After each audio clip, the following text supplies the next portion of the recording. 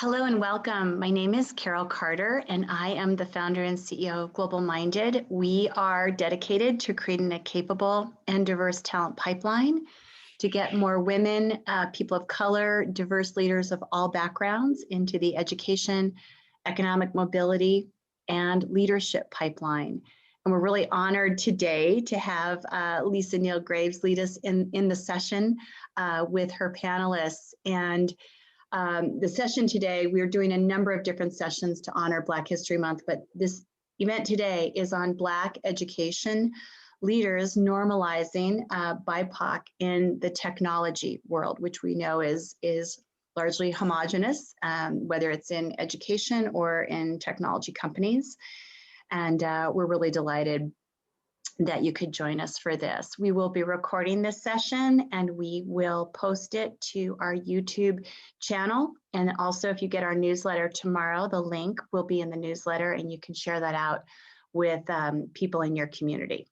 So we want to also thank KPMG Foundation and the Ph.D. project because they are big supporters of the work that we do, but also the women who are all featured in this session are all products of the PhD project. So we're very proud to have them here today. First, I'd like to introduce, though, Lisa Neal-Graves. She is a colleague. She's the chief impact maker for GlobalMindED, and it's just a pleasure to be able to work with her. She's the former Chief Innovation Officer for the Colorado State Attorney General's Office. And as the first role of its kind in the nation, she was a trailblazer responsible for building a culture of innovation. Prior to her role with the Colorado AG, she served as Vice President and General Manager of the Cloud Strategic Product Group of Zayo Group. With more than 20 years of communications infrastructure, cybersecurity, and data privacy expertise, as well as SaaS business model development prior to her role at Zayo Group, Neal-Graves spearheaded Intel Corporation's advanced technology strategic long-range planning. Also during her tenure at Intel, she lived as an expat in Shanghai for 3 years, where she served as the Director of China Strategic Business Development for the Enterprise Server Products Division within Intel's architecture group. Lisa has so much broad, vast experience. She also has a master's in computer science and one in engineering and her law degree. So we're delighted she's here today and that she has these remarkable panelists. So Lisa, welcome, and welcome to everybody who's part of the panel. We're delighted you all are here. Thank you, Carol. Thank you so very much. I appreciate that. And I am over the moon. It is rare that you have an opportunity to share space with such a powerful group of Black women. And I am just excited to share with you their backgrounds and their story and to really just let the world see just how magical these women really are and the opportunities that come with just being persistent. We have with us today Dr. Kelly Richmond Pope, and I'm so excited to talk about her. And we have Dr. Adriane Randolph. We also have with us Dr. Belinda Shipps. And I'm going to really spend some time asking them to tell you their story in context. I, again, am so thankful for this particular panel. And this is like one of the final events of Black History Month, but we know that Black history is 365 days a year, all day, every day, 24/7. And you know, this is an opportunity to celebrate these women in particular, but I know that these women stand on the shoulders of so many others who have paved the way for them, and they are paving the way for more because they are educators. So they each are in their own right doing some amazing things in industry, but they are also in the classroom. And so all I could think of is having one of these women as a professor and knowing what they're doing, you know, in the background is, you know, just amazing and phenomenal. So I am so excited about this. And I don't really have to tell you ladies to let's just have fun. You already know how to do it because you're doing it every day. So I'm going to start with you, Dr. Pope. I don't know if as I was reading about your background, what kept coming to mind was Olivia Pope. And I know that she's a fictional character. She is a fictional character, but there's a lot, in terms of the fierceness that she comes with that you also come with and exhibit. It's said that the best professors are great storytellers. And that they put these very complex ideas into context. Of course, as expected, you have done more than just that. You have literally taken your passions around fraud and film and a lifelong learner, and you brought all of that to the big screen. And I mean big screen as in BIG screen. Tell us how you identified and realized your career aspirations. Really, just tell us your story. Sure. Well, when I think about what I wanted to do, so I graduated from North Carolina A&T State University. Go Aggies! Yay, HBCU. I thought about when I was graduating and I was in the Ph.D. program at Virginia Tech, what do I like to do? And I went back to my 10-year-old self. What did I like to do before there was any thought of there was a career path? And when I think back about who that little girl was, I liked to write plays. I loved television and I liked money. And so what I used to do in my neighborhood is I would create these maps and go around to the neighbors and sell these treasure maps. And people were crazy enough to buy them from me. And so I started getting money. So I'm 10, 11, and I had $40 from these make-believe maps. And so that was teaching me sales skills. I mean, who would buy a fake map from somebody? They must have felt really sorry for me. But when you think about writing plays, liking money, and, liking to teach, it really culminated into accounting and filmmaking. I love TV. I love movies. I watch something new almost every night. It's how I stay up and keep my mind moving. But I love story and I love to see how concepts are put together. And so I knew from an early age, I just went back and asked my 9-year-old, 10-year-old self, what were you doing before there was, think about what you want to do for the next 5 years, before you think about bills, before you think about any of that, who were you? What did you genuinely love? And those were the things that I genuinely loved. And so I just sort of built on that. We'll come back to that because that is awesome. And I want to go down the path a little bit further as we go forward, but I want to get all of the other ones introduced, our other panelists introduced as well. Dr. Adriane Randolph, we all know that computer scientists generally are brainiacs. And I'm not saying that just because I am one, but I am saying that is really the theory.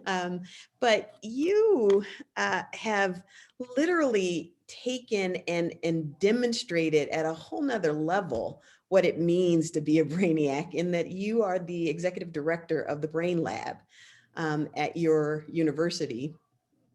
Tell us about your fascination with brain-computer interface systems, right? And how it became your life's work over the last 20 years. Tell us your story. So first I'll give the audience a quick introduction of what are brain-computer interfaces. And these are computer systems that allow you to control devices using literally just your thoughts. So internal responses from your brain waves or other physiological responses. And I could never have told you I was going into brain-computer interfaces, because what was that? But I was an artist and I loved creating art, visual art, and that's what led me down a tech pathway. So I attended a science and technology magnet school. I was full in with STEM, great at math, fortunately tracked along to be able to do that. but it was the artwork on the walls that led me to accept that invitation to attend that high school, because I thought any place that had artwork like this, I need to be there. And in integrating that into my work with STEM, going to the University of Virginia, I was able to discover human-computer interaction, and quite fortunately had some wonderful professors to help guide me to that. And that's where I figured out that connection between art and technology, and that being that space. So it can live there. It's not a separate thing. It's not just this left brain, right brain thing that happens, but it's the integration. And newer philosophies and science shows us there's networks of activity happening in the brain. It's not just isolated areas that are responsible for our behaviors. So take that in. I've never just kind of sat within this prescribed space. So as an engineering major, I didn't go into a traditional engineering role in industry. I went into change management because I wanted to talk to the people about the systems that we were developing. And then still continuing with that human element, fortunately found that there's information systems and the ability to focus more in that space and brain-computer interfacing. So in my doctoral program was exposed to my advisor, who was one of the first members of an implant team. Like literally the team was drilling open skulls to implant electrodes. And she was a computer scientist who was on that team and focusing more on the design elements. And I felt like she saw me as a complete and whole person. When I showed up in her office, it was noticed to me that she acknowledged me as a Black woman. And she did that very subtly by talking about the HBCUs that were in the area where my doctoral program was. And that alone said, oh, she's aware, she knows there's another level of communication and awareness and way that I can show up here. And that fast forward to a wonderful experience where she advocated for me and kind of showed me the ropes around grants and developing and sustaining a lab and being able to take that now as my own CEO. Thank you. Thank you for sharing that. And I love the notion of tying arts and science together, because we know that there is some linkage there that is really critical and important. We'll come back to that. And finally, I want to really talk to Dr. Belinda Shipps. Your work is at the core of my interest because I went to law school to really understand more about cybersecurity, privacy, and digital rights management and all of that. And you are the director of the Center for Excellence in Cybersecurity at an HBCU. I also went to an HBCU, which is awesome. So, and we recently had an opportunity with GlobalMindED to actually spend some time with a few folks from A&T and learned a lot about what you guys are doing, which is amazing. But your research in information science systems and education, as well as learning communities, it's not only timely, given what's happening in the world, but it's also incredibly critical. It's an incredibly critical area of study that really does require more folks from the BIPOC community to engage and learn and become more interested in this space. Tell us about your interest in cybersecurity and how you developed the research strategy that you had in this area, and also just generally tell us your story. For me, education has always been kind of pushed to me because of my parents. And my mom had a love for education. She kind of passed that on to me. And I could see at a very young age what it could do for you. It could give you so much and be so powerful in terms of allowing you to do things, to have options. And so I was always kind of just interested and curious about everything. So I thought it was very cool to go to school and to be able to learn about things. And then, so originally my first degree was education. Yeah. And I went back and I went into information systems area just because I could see connections with everything. And I love the connections that information system has with everything else. When you think about how for a while, I worked at a bank when I also worked in social services and different things, but I could see the connections, and I always loved how things connected. And I look at cybersecurity and I see the same thing. And so I've always been very interested in that way. And so one of my interest right now at our center is to try to bring more people from other areas besides just in the science area, but trying to combine our work with people that are in psychology or in sociology or law, even, to combine with and understand there are connections to cybersecurity there. So I love connections. And to me, that's part of the educational process. It's understanding that you make connections with all kinds of things and you just keep adding on. So that's where I see the beauty of, and that's why I love being in the environment. I love being at A&T. I have grown so much from all of the support and people that are there. It's just awesome. I love our center because we just started it. It's still in its infancy, but we're doing so much. We are starting a Women in Cybersecurity student organization on campus. I just joined a cybersecurity mentorship group, and I want to introduce that and add on to it at A&T also. But just so many connections there. And I think because there's such a need for cybersecurity, I am very passionate about the research and the work around it. So I have enjoyed getting to where I am as far as my doctorate. And I can't say enough about how much the PhD project was helpful for me in getting there, because to me, it's been a process. And when I finished my bachelor degree, I didn't really know, because I was first generation, I didn't really know a lot about how to go into the graduate program or the PhD program. And I started asking, and you get little pieces of information from here or there, but it doesn't all help you. You know, I didn't get everything I needed. But then when I saw this advertisement for PhD project, and I was like, this is what I need, this is what I need. And I went to their information session that they have every November.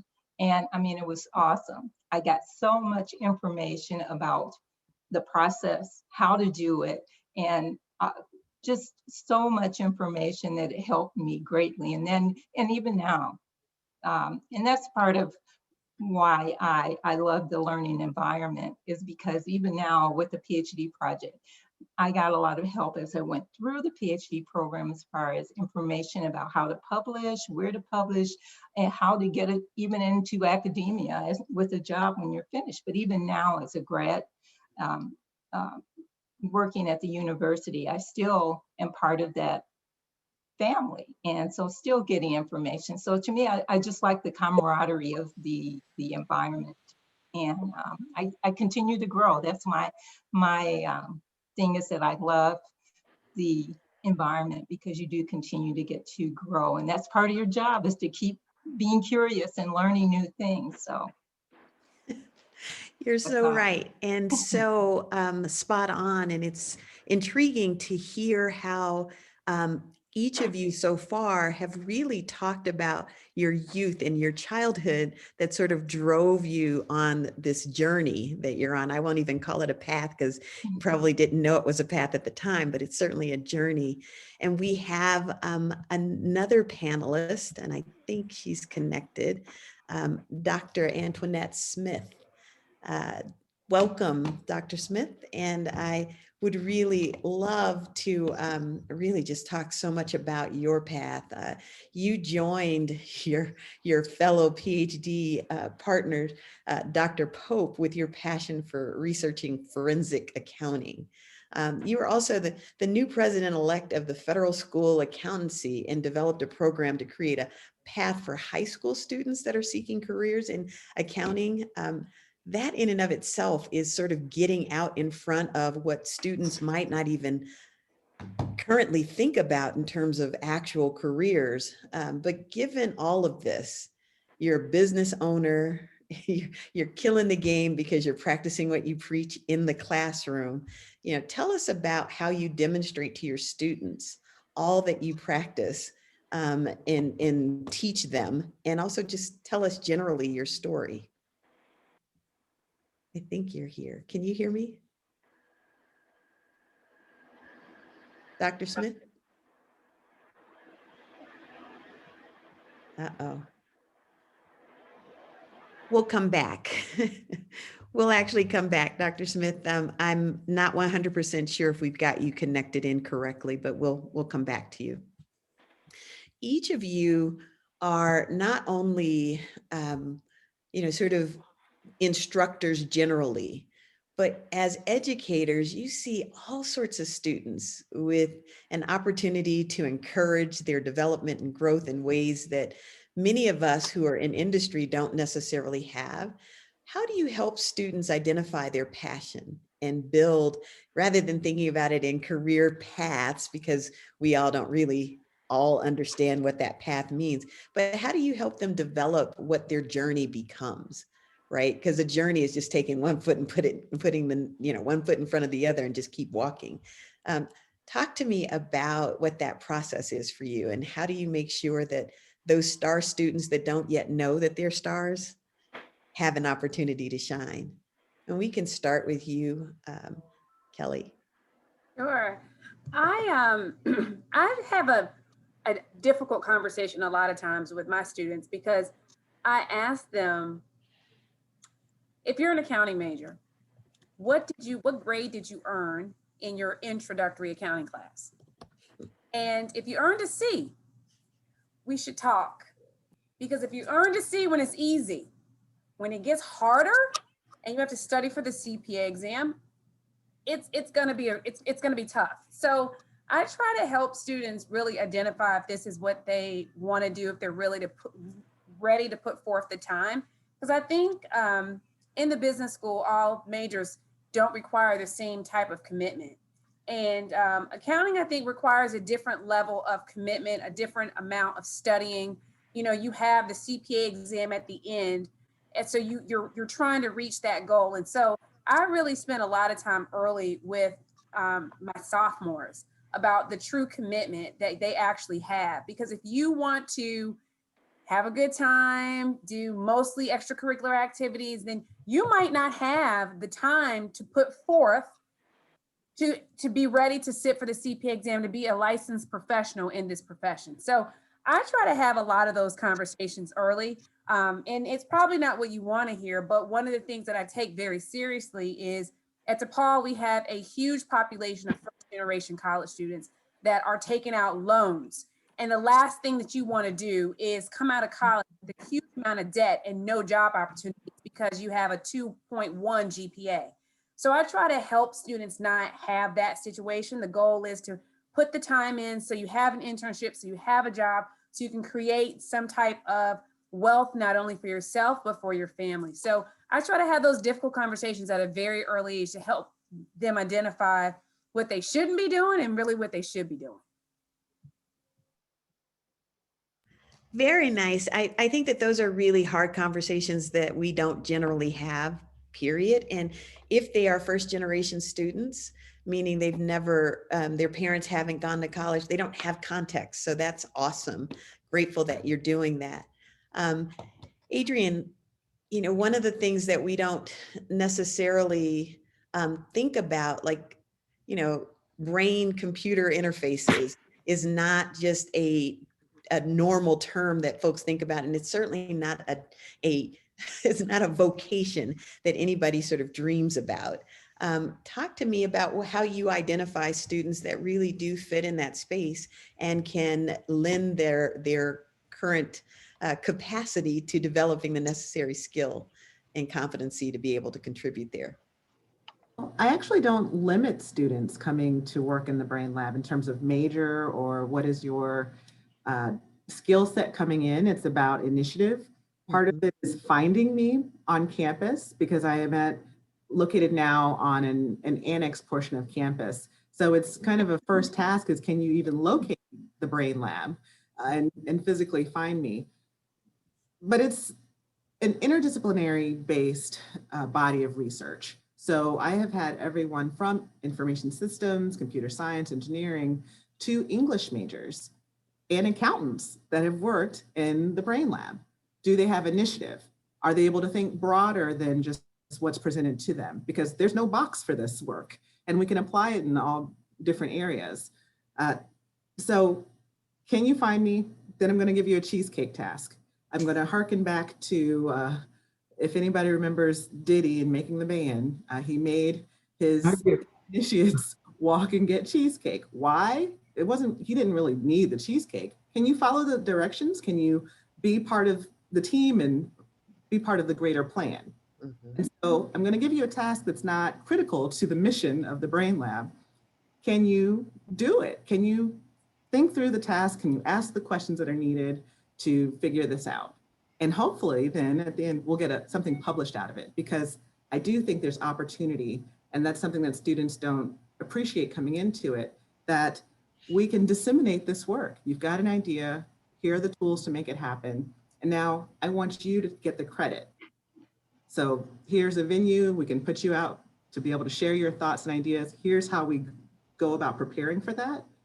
And that maybe that's the first step. And hopefully I'm going to end up, sending you to the PhD project or to another graduate program after this. That's awesome. Ticket. Thank you so much. That's awesome. I want to go back to Dr. Antoinette Smith.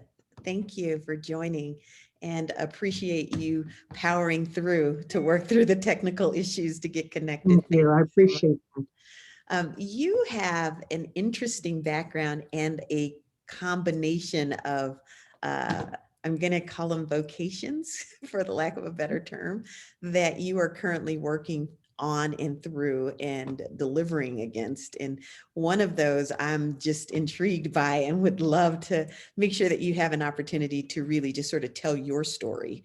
And then we'll get back to some of the core questions. But can you help us just understand sort of the background and what you're currently doing today, the work that you're doing, how you're practicing what you preach in the classroom, and just in general, tell us your story.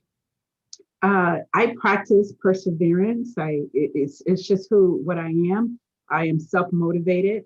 I like for my students to come self-motivated and pretty much not see the classroom as just a grade. And everything is how you approach it. I do have a very recent example of where a student of mine submitted her assignment, and she was missing most of the assignment. But instead of just following through with saying, Professor, here it is, and can you give me a late penalty? She spent most of the time trying to explain why she didn't have everything and why this was really not needed for the assignment. And she was really the only one out of 80 students. So when you're speaking to a professor like myself who understands that the challenge was really extremely simple, right? Follow the instructions and do. So pretty much I'm looking out for her, where I did not, I did not accept her reasoning, because in life, you're going to have to follow instructions. And then if somehow you fall short, you have to just make up for that, right? So try not to have anyone want to do less for you, put effort out, more effort than you put out for yourself. So with that being said, it comes with my background, where if something wasn't available to me, such as growing up in low-income housing, such as not having, I had a stepfather who was great, and so I'm not taking anything away from him, but I literally had to go into the jail, be checked, hear those bars open, and sit down at a table across from, my dad and talk to him. And that was my daddy-daughter time. So, and then actually in my world, most people didn't have their dad, I want to say. I didn't really recall any dads around. In my neighborhood, But my mom just made an effort for me to take me, whether it was 3 hours, 4 hours, another state to see my dad. So I was just all, and I just thought, I just always had a positive look on life. So although I was doing this whole check thing, they was doing this whole check to a small girl, I really just said, wow, I get a chance to see what it's like in prison for those who are in prison. And then perhaps one day that'll be a part of my mission, right? To help those in prison. Perhaps, you know, knowing I was the only female in my dad's life, this is his time where he's going to have a love conversation, right? We're going to sit down, and I owe that to him. So I just always thought about, it was never a sob story for me. It was never, you know, woe is me, my dad is in prison. It was never that. I remember that, you know, we happened to be in a scenery. I think I was 3 years old, and my mom was in the emergency room visiting a friend. And so we were waiting in the lobby, and, you know, I don't remember the lady, but I just knew she was Caucasian. And she said, my gosh, she's so motivated. And then my mom said, she has enough motivation for both you, me, and everybody in the world. So I do believe that's not something that if you don't have it, you got to work on it. But it was just something that you know, God gave me. So I don't know how to work at self-motivating, because that was there, but I do know how to work at self-determination. So I just don't believe in, I believe whatever you want, you go get it, and you figure out how to get it. And so I have literally had conversations with most of the professors here on this panel when I am lacking some type of knowledge, because in every stage of our life, no matter where you are, you will lack something. And so you always got to have a humble spirit about yourself. I don't believe in reinventing the wheel. I believe in finding the right resource to assist me. And I feel that way for the students as well. Find that resource. If your professor gives you an assignment that you feel is too difficult, then you have the internet, you have your parents, you have your cousin, you have your neighbor, you have the library, so that you have so many more resources to get you closer to your goal. Nice. Nice. Thank you. Thank you so much.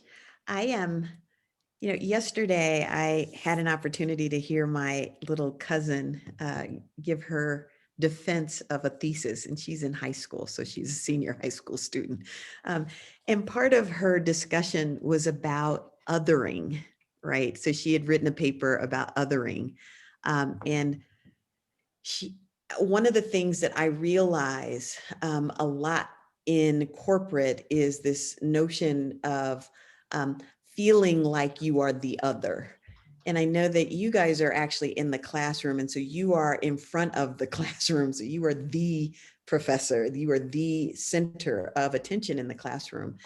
Are there often instances where you feel like, even from the students, that there is this othering that's happening? And is there something that you could say to other students who might be in the classroom that are feeling like they're being othered, that they could actually do different to ensure that they are maximizing the value of A, having you as a professor, and B, just having the opportunity to learn in an environment that generates not just opportunities to learn what's in the classroom, but the opportunity to learn from each other. So how does that work for you guys? Like and I'm going to start with you, Dr. Shipps, just because you're at an HBCU. And so othering probably isn't happening in the same way at the HBCU, but you still have to prepare them for what shall be part of their future potentially. What does that look like? And how do you prepare them for that?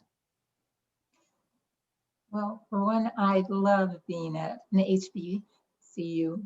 And what I like about it is that because I was first generation, a lot of the students are first generation. And so I can empathize and I can understand in many cases where they are.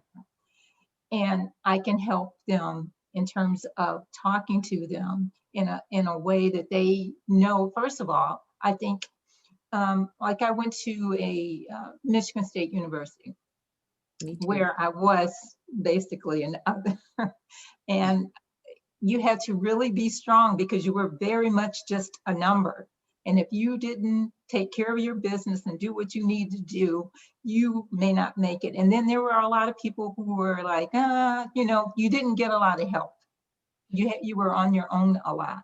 But at an HBCU, what I love is that they embrace their students and they want to help them. And that's what I try to do with my students. I try to share with them some of my experiences from private industry and say, look, this is just a safe place for you to get started and to figure out some things. But when you go out, I try to explain to help them to understand what they are going to face when they go into the real world. And they get it.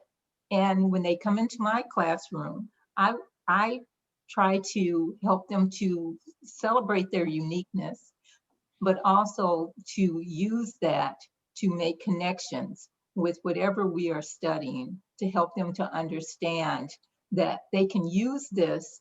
If they learn it and they learn it well, they can use this as they go out into private industry and take that information. So I always like to, like if, for example, I'm teaching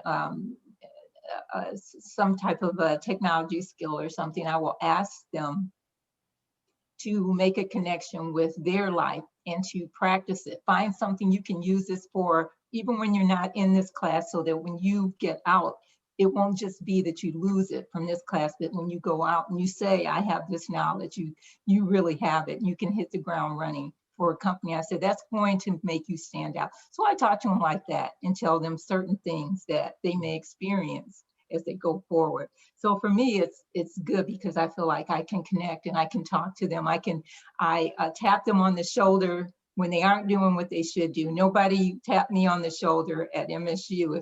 If I wasn't doing my work, they don't care. They're getting their, you know, you're paying your tuition and they don't care for the most part. Nobody's going to call you up and say, hey, I noticed you didn't turn in your work. You're going to fail this class. I just sent maybe 5 students emails and said, look, I want you to be successful in this class, but right now I don't see any work from you.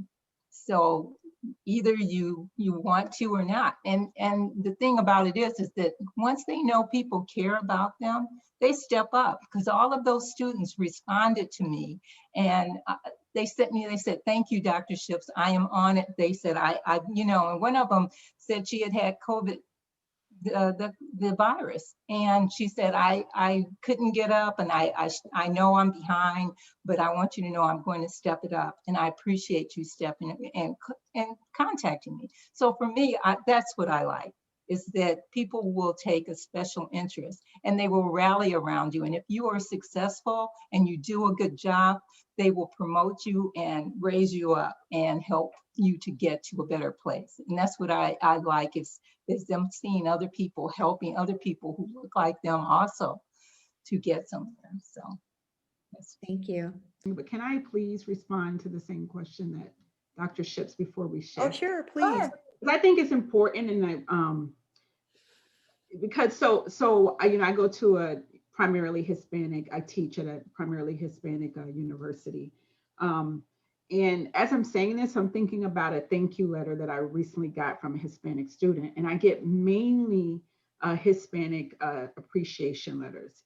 This Hispanic student is actually a Ph.D. student at the moment, but he was my undergraduate and a graduate student. And he sent me I told him I was going to frame his words to me, just because he just told me I was very spiritual, I was beautiful inside and out. I showed him that he could be brave. And it was just really great coming from someone who has seen me since their undergraduate. It was just very deep. And I just bring that up to say that, however, when an African-American or Black come into my classroom, they're usually the only one in the classroom. And I'm going to go out on a limb and say it means the world to me. So I get so excited, but I may not show that excitement right away, because of course I have a classroom, you know, full of others, right? Other races. And so it is still important to me to encourage all of my students. So I bring that up to say that if you find yourself the other and you have a Black professor and they're not necessarily, you know, coming to you excited the first moment, it doesn't mean that they do not see you. It just means they're trying to have a good balance. So what I'll, you know, for me anyway, so what I tend to do, I will go over and, you know, eventually go over and just check and see how you're doing and try to make that connection. I do find that sometimes my own skin color can shy away from, you know, approaching me while others are. And then the flip side of that is I have seen more class participation, especially with Black males. And I love giving them that space because that space tells me that I'm likely the only Black professor they've had. I'm likely, and they're motivated to contribute. They're motivated to be heard. They're motivated to connect. And so I give them that space and I can see the energy in the room shift because all of a sudden they're hearing this Black person's voice who I'm going to assume didn't get that much recognition. So I personally make it a point that if they raise their hand and if they're excited to speak and they are the only one in the classroom, I pretty much rest on their word, give them the floor, because to me, that is me giving them backbone, that is me giving them motivation, that's me validating everything they are. They are excellent and they are equal. So I just wanted to make that point because it is important that you connect with your professor. And it's also important that your professor connects with you. Great, thank you. Thank you so much. Now, Kelly, we're all waiting. Dr. Pope. So the question was talking about the experience of getting to Netflix. They want to hear your process, right? They want to understand, how did you get from idea to actual concept to now you're on the big screen? Yeah. Sure. I think first it was important to figure out a complementary field. And I think that filmmaking is a complementary field to almost any discipline because it gives you a scalable opportunity to share your story. So I knew that I wanted to make a film. So I did a film fellowship program with an organization called Cartemquin Films. It's based here in Chicago. They've had several Oscar-nominated films, Oscar-nominated directors, Emmy award-winning editors. So I did a fellowship program there. And now I say that to say it was important to get the right backing. You know, you had to have the right people on your resume so that you could get into the door of a Netflix or into the door of an Amazon, because otherwise people just think I'm just shooting a film on my iPhone, and that's not what this was. So I used my research as my basis to ask an important question. And the important question for my documentary was, how does one person embezzle $53 million over 20 years and nobody know? And so that was my research question. My data was interviewing the subjects, which were the residents in this small town called Dixon, Illinois. And because I had the right people on my team, I had Cartemquin, I had big names in the documentary film space. I did film festivals and did a theatrical release. And I just had the right people on my team to help open those doors because I couldn't have done it by myself. But I think I used my uniqueness of being a CPA, being an accounting professor, and probably being an African-American female, asking a question that typically we don't ask in a very conservative town, probably helped the intrigue of who in the world is this girl that's trying to answer this question. So all of that went into the intrigue of who I was that really helped get the story out there. But it was not easy. I think I received 74 film festival rejections. But I did get some awards in there too, but it was a long process, 5.5 years of filming. So talk about resilience after being told no 74 times. Like many of us have heard no before, but you hadn't heard it 74 times. So it sort of gets at you after a while, but you have to persevere as Dr. Smith was saying, but it puts hair on your chest when you hear no that many times. Wow, that is so true. And, I think that the fact that you heard no and still continued to push through, right? Because most of us, when we hear no, we assume, okay, we got to change everything up. And then we go and try it again, right? After we've changed everything up. But you were like, it may not be your deal, but somebody here is going to support this. So great. That's awesome. And Going down Dr. that I'm path. sorry, just one other comment. Dr. Pope is, so she gave a lot of credit to the big time people she mentioned, but she is full of confidence. She is determined. I met her when I was actually a PhD student, and she walked onto the stage, and she was the light of that stage. So when she did the Netflix film, I knew it had to be her. Like, I knew that in order to receive those 73 plus no's, it has to be a personality like Dr. Pope. And what she was for me, she was a person that was comfortable in her own skin.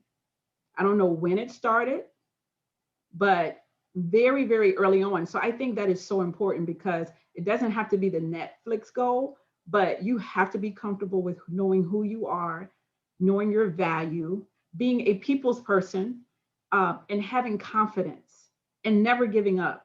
And so to me, she embodies all of that plus more. And I think we got to add that, Kelly, Dr. Pope, to the formula as well. Okay? If people don't grab that from you right now, I'm telling you, you've had it forever. You poured it into me, right? So even if I'm not a doubtful person, but even if she smells doubt, she's coming at me with a truckload of faith and confidence, and you can do it, and what are you talking about? And then she ups the ante. She takes my goal here and take it like even higher. And she predicted something last year in my life, and I'm just like, okay, whatever. But because it was huge. I have big goals, and Dr. Pope is the only one who will take my huge goal and make it gigantic. And I'm like, whoa, do I really want to, like, yeah, I love seeing her all the time. So Dr. Pope, that that goal you set, I have achieved it. Okay. In these final, we've got like 2 minutes left. I want to give Dr. Shipps and Dr. Randolph an opportunity to really talk to employers, right? You are creating a pipeline in your class. Dr. Shipps, you're creating a pipeline of HBCU educated Black young folks that are going out into the world. What is it that you want employers to understand about that pipeline? And what can they do to not only attract, but to also retain that pipeline of students? We'll start with you, Dr. Shipps. Sorry. Oh, sorry, no, feel free. Please, Dr. Randolph, by all means, jump in. Yeah, go ahead. Go ahead. So Dr. Shipps and I have been in this for a while.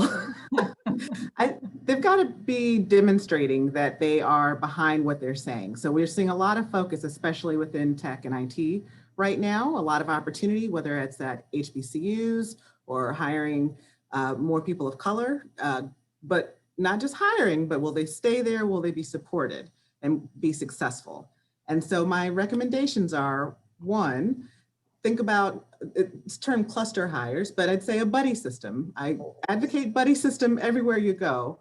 But in this case, thinking about what environment is that person going to step into.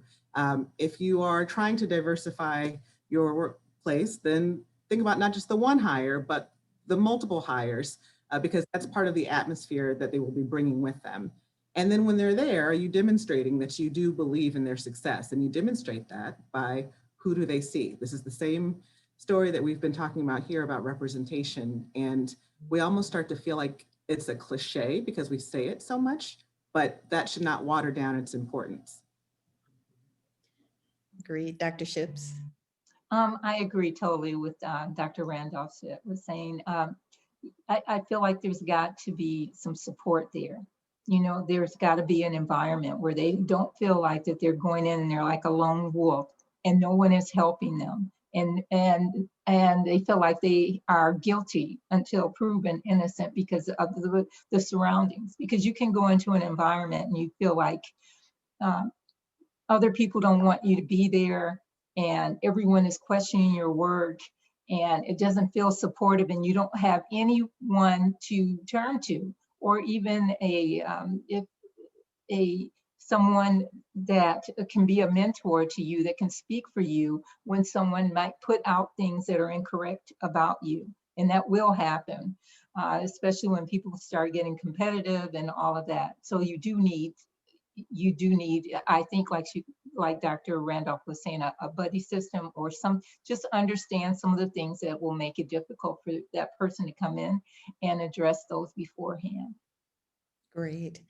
You know, ladies, we are right at time, and I so appreciate that you were willing to spend an hour of your day not only sharing your background, but also encouraging and motivating students to want to pursue those areas that you're in. And in particular, I had never thought about the whole idea of accounting before I read about both Dr. Smith and Dr. Pope. And, you know, for all intents and purposes, Dr. Shipp, you were right in the sweet spot of why I went to law school. And Dr. Randolph, I started my whole career strategy with this idea that if I can think it, then I should be able to make it work. So it's really awesome to have had an opportunity to not only meet you ladies, but to have you share your story with our audience. So grateful for you. And thank you so much for your time today. Thank you. Thank you for Have a great inviting. day. Yeah, and I just want to say thank you so much to all of you. And it has been such an honor to work with you all this month for Black History and to tell many of your stories. And I think for whoever we didn't get into the month of February, March is month celebrating women. So we have kind of a larger lead time if we need that. But it's just been great to get to know all of you. And I feel like whenever we're live, which Lisa and I hope is in June of 2022, we really want you guys to come to Denver.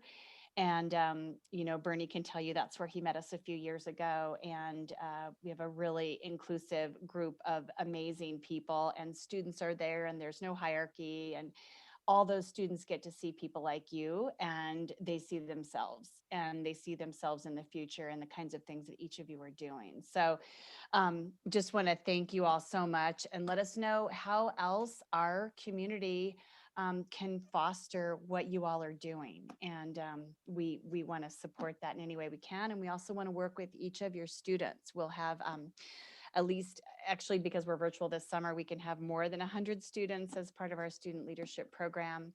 And we also are going to start on panels like this, including our students. So we know that when they get to the table with people like you, then all of a sudden their voice gets stronger and their confidence gets greater. So that's going to be another piece, but we will look forward to it. And we've got our theme for this year, which is Reboot Resilience. And we look forward to figuring out how we can support your students and each of you through that vehicle as well. So thanks, Lisa and Belinda and Adriane, Kelly, Antoinette. It's just been so great spending time with you. And Celeste, thanks for organizing everything behind the curtain there. And we look forward to the next time that we see all of you. And thanks to Bernie for introducing all of us. Bernie, the remarkable intergalactic connector person. So He's still working, even though officially retired. exactly. Send this to Christopher Newport University, the College of Women Married, because when I was studying accounting, I did not see Black professors in accounting. I did not see Black professors at the College of Women Married. That may change because that was back then. But if I saw these ladies when I was an undergraduate or thinking about a career, I would have had no doubt that this is exactly where I wanted to be. Well, if you need a tax shelter for your millions, the BrainLab is a write-off. You know what, Adriane, we have to figure out, Adriane, between the BrainLab and GlobalMindED, and Lisa works with these amazing Trustify folks, we have to get to Mackenzie Scott and figure out how she can write us some checks for the things that we're doing, because I think she'd be very supportive of all of this. So we'll put that out there. You guys are amazing. Thank you. Have a great afternoon. Have a great weekend.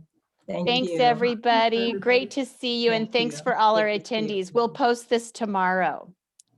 Take care. Bye-bye. Bye. All right, bye-bye.